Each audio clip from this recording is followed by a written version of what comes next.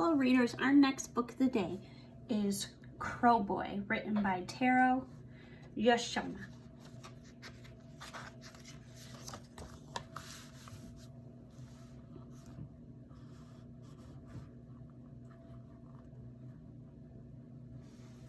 On the first day of our village school in Japan, there was a boy missing. He was found hidden away in the dark space underneath the schoolhouse floor. None of us knew him. He was nicknamed Chibi because he was very small. Chibi means tiny boy.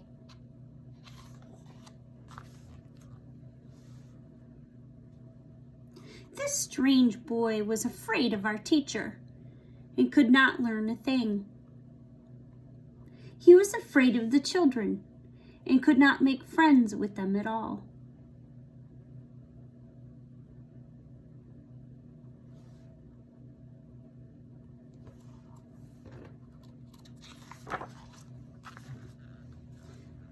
He was left alone in the study time.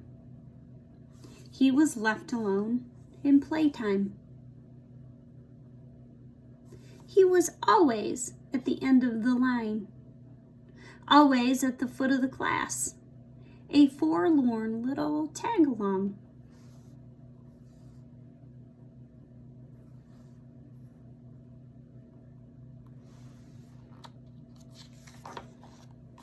Soon, Chibi began to make his eyes crisscross so that he was able not to see whatever he did not want to see.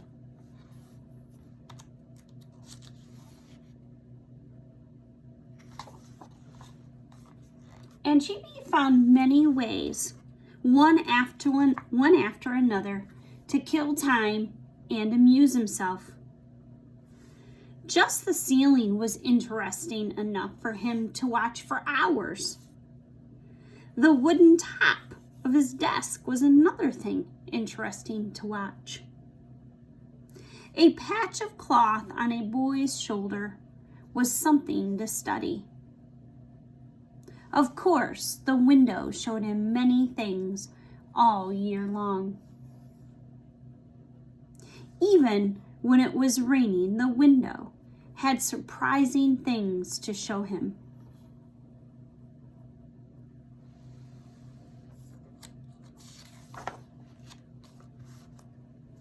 On the playground, if he closed his eyes and listened, Chibi could hear many different sounds near and far.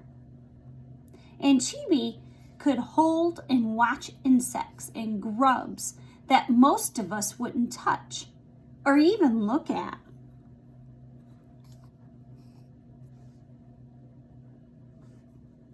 So that not only the children in our class, but the older ones and even the younger ones called him stupid and slowpoke.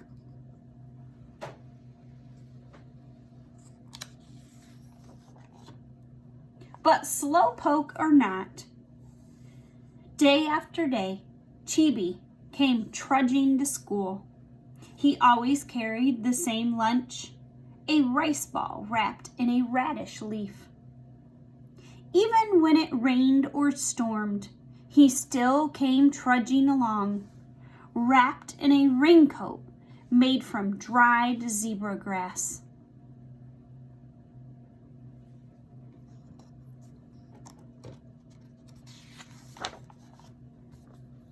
And so, day by day, 5 years went by, and we were in the 6th grade, the last class in school. Our new teacher, Mr. Isobe, he was a friendly man with a kind smile.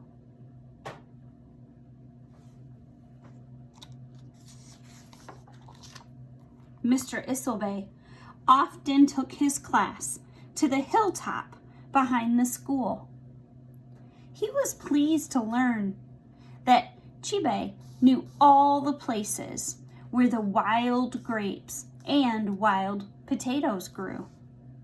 He was amazed to find how much Chibe knew about all the flowers in our class garden.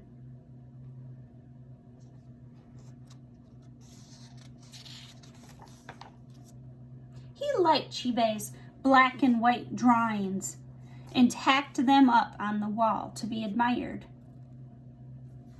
He liked Chibe's own handwriting, which no one but Chibe could read, and he tacked that up on the wall.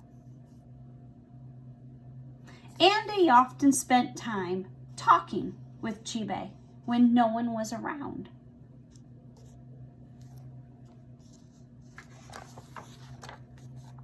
But when Chibe appeared on the stage at the talent show of that year, no one could believe his eyes. Who is that? What can that stupid do up there? Until Mr. Isobe announced that Chibi was going to imitate the voices of crows. Voices? Voices of crows? Voices of crows? Voices of crows. First, he imitated the voices of newly hatched crows, and he made the mother's crow's voice. Then he imitated the father crow's voice. He showed how crows cry early in the morning. He showed how crows cry when the village people have some unhappy accident. He showed how crows call when they are happy and gay. Everybody's mind was taken to the far mountainside from which Chibi probably came to the school. At the end, to imitate a crow on an old tree, Chibi made very special sounds. Chibi made very special sounds deep down in his throat. Croop, croop. Now everybody could imagine exactly the far and lonely place where Chibi lived with his family.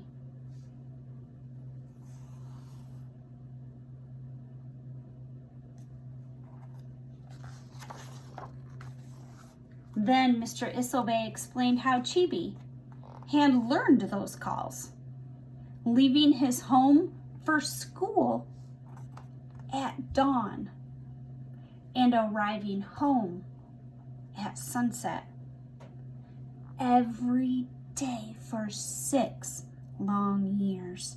Think about that, readers. He woke up at dawn and got home at sunset. The author's wanting us to infer something there. That there's a lot of hours. And if you notice, he's always on foot. And he did this for 6 long years. Every one of us cried, thinking how much we had been wrong to Chibi all those long years. What changed, readers? How are they realizing this and feeling that in their hearts after 6 years?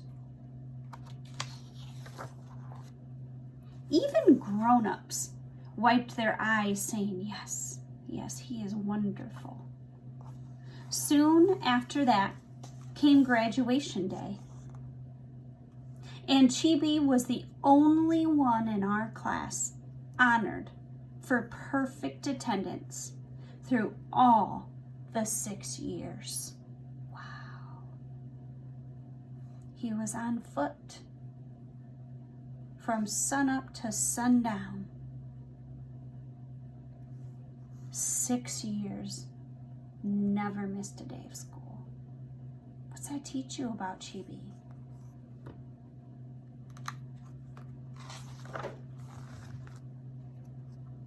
After school was over, the big boys would often have work to do in the village for their families. Sometimes Chibi came to the village to sell the charcoal he and his family made. But nobody called him Chibi anymore. We all called him Crow Boy.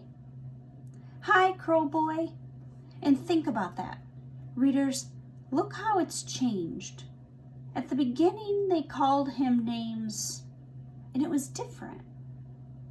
Because in this case, this isn't calling him a name. This is giving him a proud nickname. Why would he feel honored? Why would it be kind to call him Crow Boy versus all those ugly, mean names they called him at the beginning? Crow Boy would nod and smile as he liked the name. Why?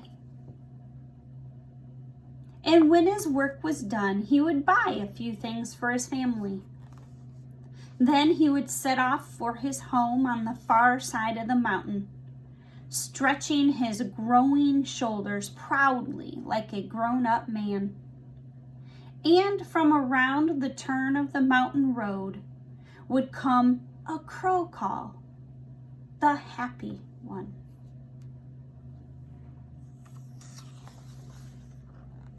What lessons do we learn from the story Crow Boy? And not just the whole story, but his story and the other characters' story.